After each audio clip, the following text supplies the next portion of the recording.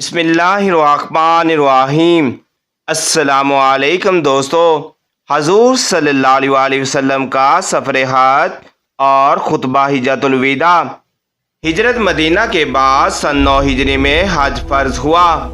اللہ تعالیٰ نے حج کے احکامات قرآن وحی کے ذریعے آپ صلی اللہ علیہ وسلم پر نازل فرمائے۔ اس سال کثرت کے ساتھ وفود حضور صلی اللہ علیہ وسلم کی خدمت میں حاضر ہوئے، اس لیے اس سال کو تاریخ میں عام الوفود کا نام دیا گیا، جس کی وجہ سے آپ اس سال حج کے لیے تشریف نہ لے جا سکے۔ لہٰذا اس سال جب حج کا مہینہ آیا تو حضور صلی اللہ علیہ وسلم نے حضرت ابوبکر صدیق رضی اللہ تعالیٰ کو پہلے اسلامی حج کی ادائیگی کے لیے امیر الحجاج مقرر فرمایا۔ آپ رضی اللہ تعالیٰ عنہ ذوالقعدہ 9 ہجری مدینہ منورہ سے روانہ ہوئے۔ آپ کے ہمراہ 300 افراد تھے جو اس غیر معمولی نوعیت کی تاریخ حج میں شامل ہو رہے تھے۔ چونکہ مشرکین عرب قدیم سے اپنے معمول کے مطابق بیت اللہ کا حج کرتے تھے، مشرکین مکہ کو چونکہ کسی باقاعدہ اعلان کے ذریعے ایسے حج سے روکا نہیں گیا تھا جس میں وہ اپنی مشرکانہ رسوم بھی ادا کرتے تھے، لہٰذا وہ حسب معمول اس سال بھی حج کرنے مکہ آئے۔ ان حضرت صلی اللہ علیہ وسلم نے حضرت ابوبکر صدیق رضی اللہ تعالیٰ کو ہدایت کی کہ مینا کے عظیم و شان اجتماع میں اعلان کر دیں کہ اس سال کے بعد کوئی مشرک حج نہ کرے اور نہ کوئی بننا شخص خانہ کعبہ کا طواف کرے۔ اس حج میں آپ رضی اللہ تعالیٰ کے ساتھ حضور صلی اللہ علیہ وسلم کی قربانی کے لیے 20 اونٹ بھی تھے، اور اس حج میں سنت ابراہیم کے مطابق یعنی اسلامی رنگ میں مناسک حج کا قیام ہوا، جسے اللہ تعالیٰ نے الحج اکبر کا نام دیا۔ دوسرے سال 10 ہجری میں حضور صلی اللہ علیہ وسلم بیت اللہ کا حج کرنے کے لیے تشریف لے گئے۔ زمانہ نبوت میں یہ آپ صلی اللہ علیہ وسلم کا پہلا حج تھا۔ اس حج کو حجۃ الوداع کہا جاتا ہے۔ حضور صلی اللہ علیہ وسلم نے حج کا ارادہ فرمایا تو مدینہ میں آپ صلی اللہ علیہ وسلم نے چند اونٹ اور 2 مینڈے ذبح کیے۔ اس غیر معمولی تاریخ سعادت سے حصہ لینے کے لیے قرب و جوار اور دور و نزدیک سے لوگوں مدینہ میں آنا شروع ہو گئے۔ ایک اندازے کے مطابق 1,24,000 صحابہ اکرام نے اس حج میں شمولیت کی۔ اس سفر میں آپ صلی اللہ علیہ وسلم کی ازواج بھی تھی جن کی تعداد 9 تھی، آپ صلی اللہ علیہ وسلم کے ساتھ شامل ہوئیں۔ جب تیاریاں مکمل ہو گئیں تو حضور صلی اللہ علیہ وسلم نے مدینہ سے روانی سے قبل ابو دجانہ السعدی کو مدینہ کا امیر مقرر فرمایا، جبکہ یہ بھی کہا جاتا ہے کہ صبا بن عرفہ انصاری رضی اللہ تعالیٰ کو امیر مدینہ مقرر فرمایا تھا۔ 24 ذوالقعدہ بروز جمعرات مطابق 12 فروری 632 عیسوی بعد نماز ظہر آپ صلی اللہ علیہ وسلم ادائیگی حج کے لیے مدینہ سے روانہ ہوئے۔ آپ صلی اللہ علیہ وسلم نے الہی منشا کے مطابق حج کے ساتھ عمرے کا احرام باندھا اور حج کرن کا ارادہ کیا۔ ان حضرت صلی اللہ علیہ وسلم اپنی قصوہ نامی اونٹنی پر سوار ہوئے۔ حج کی غرض سے روانگی کے وقت آپ نے یہ دعا کی کہ اے اللہ اس حج کو ایسا بنا دے جس میں نہ تو ریاکاری ہو اور نہ دکھاوا اور نہ ظاہرداری ہو۔ حضور نبی کریم صلی اللہ علیہ وسلم اور آپ کے صحابہ تلبیہ کہتے ہوئے روانہ ہوئے۔ لبیک اللہم لبیک لبیک لا شریک لک لبیک ان الحمد والنعمت لک والملک لا شریک لک۔ حاضر ہوں اے میرے اللہ، میں حاضر ہوں، تیرا کوئی شریک نہیں ہے، میں حاضر ہوں۔ بے شک حمد اور نعمت اور ملک تیرا ہی ہے، تیرے لیے کوئی شریک نہیں۔ آپ صلی اللہ علیہ وسلم نے فرمایا میرے پاس جبرائیل آئے اور مجھ سے کہا کہ اے محمد صلی اللہ علیہ وسلم اپنے صحابہ سے کہیں کہ تلبیہ کہتے ہوئے اپنی آوازوں کو بلند کریں۔ آپ صلی اللہ علیہ وسلم کی اقدام میں صحابہ نے بلند آواز میں تلبیہ کہنا شروع کی۔ جب یہ قافلہ روانہ ہوا تو ان سب کے تلبیہ کی اکٹھی آواز سے فضا اللہ تعالیٰ کی تسبیح و تحمید اور تکبیر سے لبریز ہو گئی، اور وہ خطہ ارض جو صدیوں سے شرک کی ہواؤں سے بھرا ہوا تھا اب اللہ تعالیٰ کی توحید کے نعروں سے گونج رہا تھا۔ ذوالحج کی 4 تاریخ کو حضور نبی کریم صلی اللہ علیہ وسلم عشاء کے وقت مکہ مکرمہ میں داخل ہوئے۔ مکہ میں داخلہ کے بعد حضور صلی اللہ علیہ وسلم نے سب سے پہلے عمرہ ادا کیا۔ جب آن حضرت صلی اللہ علیہ وسلم مسجد حرام میں داخل ہوئے، آپ صلی اللہ علیہ وسلم کی پہلی نظر خانہ کعبہ پر پڑی تو آپ صلی اللہ علیہ وسلم نے دعا مانگی، اے میرے اللہ، اس گھر کو بزرگی، عظمت اور باوقار نیکی میں بڑھا، اور جس نے اس کا حج یا عمرہ کرتے ہوئے اس کو عزت دی، اس کی تقیم کی، اسے بھی شرف و تقیم و تعظیم اور نیکی میں برکت عطا فرما۔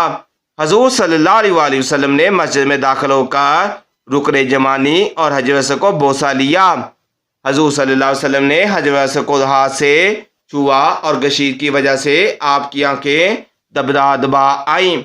حضور صلی اللہ علیہ وسلم نے کافی دیر تک اس پر دونوں ہونٹ رکھے، اور جب بھی آپ حجر اسود کو چھوتے تو دعا کرتے، بسم اللہ واللہ اکبر۔ ان حضرت صلی اللہ علیہ وسلم نے عمرے کی ادائیگی کے بعد ذوالحج کی 5، 6، 7 تاریخ کو مکہ کے شرقی سے بطا میں قیام فرمایا۔ اس دوران آپ صلی اللہ علیہ وسلم دوبارہ خانہ کعبہ میں تشریف نہیں لے گئے۔ مکہ میں قیام کا سارا عرصہ آپ صلی اللہ علیہ وسلم نے نماز قصر فرماتے رہے۔ 8 ذوالحج کو جو جمعرات کا دن تھا، شاد کے وقت ان حضرت صلی اللہ علیہ وسلم نے حج کے لیے حرام آباد کا تلبیہ شروع کی اور اپنی اونٹنی پر سوار ہو کر مینا کی طرف کوچ فرمایا۔ اس دن یوم ترویہ 8 ذوالحج کو آپ مینا میں قیام فرما رہے ہیں۔ یہاں آپ نے ظہر، عصر، مغرب، عشاء کی نمازیں پڑھی۔ اگلے روز 9 ذوالحج جمعہ المبارک کو آپ صلی اللہ علیہ وسلم نے یہی مینا میں نماز فجر ادا فرمائی، اور طلوع آفتاب کے بعد آپ صلی اللہ علیہ وسلم عرفات کی سمت روانہ ہوئے۔ رستے میں سب تلبیہ کہتے جاتے۔ صحابہ کرام نے آپ صلی اللہ علیہ وسلم کے حکم کے مطابق آپ صلی اللہ علیہ وسلم کے لیے میدان عرفات میں نمرام کے مقام پر خیمہ نصب کر دیا۔ آپ صلی اللہ علیہ وسلم نے وہاں قیام فرمایا۔ سورج ڈلنے کے بعد آپ صلی اللہ علیہ وسلم اپنی اونٹنی قصبہ پر سوار ہو کر وادی میں تشریف لائے، اور اپنی اونٹنی پر بیٹھے ہوئے ہی میدان عرفات میں حج کا خطبہ ارشاد فرمایا۔ خطبہ عرفہ کے بعد آپ صلی اللہ علیہ وسلم نے حضرت بلال کو نماز ظہر، عصر کے لیے اذان دینے کا اشارہ فرمایا۔ اسی روز جمعے کی بجائے آپ صلی اللہ علیہ وسلم نے نماز ظہر و عصر جمع اور قصر پڑھائی۔ نمازوں کی ادائیگی کے بعد آپ صلی اللہ علیہ وسلم نے اپنی سواری پر سوار ہو کر میدان عرفات میں تشریف لے آئے اور قبلہ رخ کر غروب آفتاب دعائیں کرتے رہے۔ غروب آفتاب کے بعد آپ صلی اللہ علیہ وسلم عرفہ سے مزدلفہ کے لیے روانہ ہوئے۔ حضرت اسامہ بن زید رضی اللہ تعالیٰ کو آپ صلی اللہ علیہ وسلم نے اپنی سواری پر اپنے پیچھے بٹھا لیا۔ مزدلفہ پہنچ کر نماز مغرب و عشاء جمع کی اور نماز عشاء کی 2 رکعتیں ادا فرمائی۔ نمازوں کی ادائیگی کے بعد فجر تک آپ صلی اللہ علیہ وسلم نے آرام فرمایا۔ اگلے روز 10 ذوالحج بروز ہفتہ آپ صلی اللہ علیہ وسلم نماز فجر ذرا پہلے ادا فرمانے کے بعد اپنی اونٹنی قصبہ پر سوار ہو کر المشعر الحرام تشریف لے گئے، جہاں طلوع آفتاب سے قبل خوب روشنی ہو جانے تک امت کے لیے دعا کرتے رہے۔ سورج نکلنے سے قبل آپ صلی اللہ علیہ وسلم مزدلفہ سے مینا کے لیے روانہ ہوئے۔ آپ صلی اللہ علیہ وسلم نے حضرت فضل بن عباس رضی اللہ تعالیٰ کو اپنی اونٹنی پر اپنے پیچھے سوار کیا۔ مینا پہنچ کر آپ صلی اللہ علیہ وسلم جمرہ عقبہ کے پاس تشریف لائے تو شاد کا وقت تھا۔ آپ صلی اللہ علیہ وسلم نے اپنی اونٹنی پر سوار رہتے ہوئے ایک ایک کر کے جمرہ رمی کی، یعنی اسے کل 7 کنکریاں ماری۔ ہر کنکری مارتے وقت آپ صلی اللہ علیہ وسلم اللہ اکبر کہتے۔ مزدلفہ سے روانگی کے وقت آپ صلی اللہ علیہ وسلم نے تلبیہ شروع فرمایا تھا، جو مسلسل رمی تک جاری رہا۔ رمی کے بعد آپ صلی اللہ علیہ وسلم نے تلبیہ کہنا ختم کر دیا۔ کنکریاں مارتے وقت حضرت بلال رضی اللہ تعالیٰ عنہ اور حضرت اسامہ رضی اللہ تعالیٰ عنہ ان حضرت صلی اللہ علیہ وسلم کے پاس تھے۔ ان میں سے ایک نے آپ صلی اللہ علیہ وسلم کی اونٹنی کی لگام تھامی ہوئی تھی اور دوسرے نے آپ صلی اللہ علیہ وسلم پر کپڑے سے سایہ کیا ہوا تھا۔ اسی روز 10 ذوالحج کو مینا میں ان حضرت صلی اللہ علیہ وسلم نے جمعرات کے میدان میں کھڑے ہو کر خطبہ یوم النحر ارشاد فرمایا۔ اس خطبہ حجۃ الوداع کے میں حضور نبی کریم صلی اللہ علیہ وسلم نے فرمایا، اے لوگو میری باتیں غور سے سنو، کیونکہ میں نہیں جانتا کہ اگلے سال میں اس جگہ تمہارے درمیان ہوگا۔ اے لوگو سن لو کہ تم سب کا خدا ایک خدا ہے اور تم سب کا ایک باپ ایک ہے۔ کسی عربی کو اجمی پر فضیلت نہیں اور نہ ہی اجمی کو عربی پر فضیلت ہے، تم سب آدم کی اولاد ہو۔ اے لوگو جو کچھ میں تمہیں کہتا ہوں سنو اور اچھی طرح اس کو یاد رکھو۔ ہر مسلمان دوسرے مسلمان کا بھائی ہے، تم سب ایک ہی درجے کے ہو۔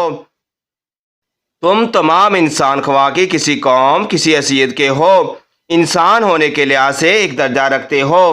یہ کہتے ہوئے آپ صلی اللہ علیہ وسلم نے اپنے دونوں ہاتھ اٹھائے اور دونوں ہاتھوں کی انگلیاں ملا دیں اور کہا جس طرح ان دونوں ہاتھوں میں کی انگلیاں آپس میں برابر ہیں اس طرح تم بنی نوع انسان آپس میں برابر ہو، تمہیں ایک دوسرے پر فضیلت اور درجہ اظہار کرنے کا کوئی حق نہیں، تم آپس میں بھائیوں کی طرح ہو۔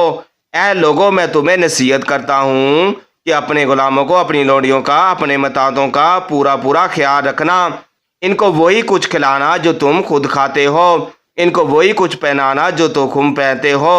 اگر ان سے کوئی ایسا قصور ہو جائے جو تم معاف نہیں کر سکتے تو ان کو کسی اور ان کے پاس فروخت کر دو، کیونکہ وہ خدا کے بندے ہیں، ان کو تکلیف دینا کسی صورت میں بھی جائز نہیں۔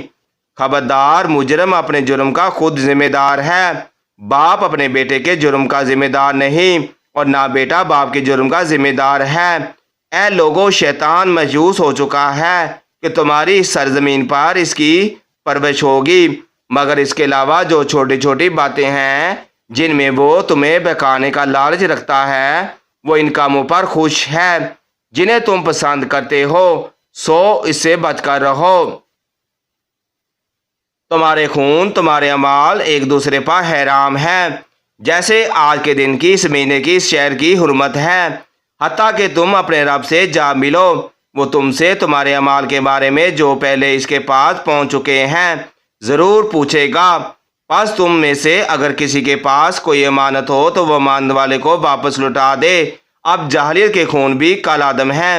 سب سے پہلے میں ابن ربیعہ بن حارث بن عبد المطلب کا خون معاف کرتا ہوں جو بنو لیث پر قابل ادا تھا، پس بذیل اسے قتل کیا تھا، اور یہ جاہلیت کا وہ خون ہے جس میں میں خون کی معافی شروع کرتا ہوں۔ یہ خدا تعالیٰ کا فیصلہ ہے کہ ہر قسم کا سود ناجائز ہے، اس طرح زمانہ جاہلی کا سب سے بڑا سود چھوڑ دیا گیا ہے، اور پہلا سود جو ہم اپنے ماں باپ کے ہاں کے سود میں سے چھوڑتے ہیں وہ عباس بن عبد المطلب کا سود ہے، وہ سب معاف کر دیا۔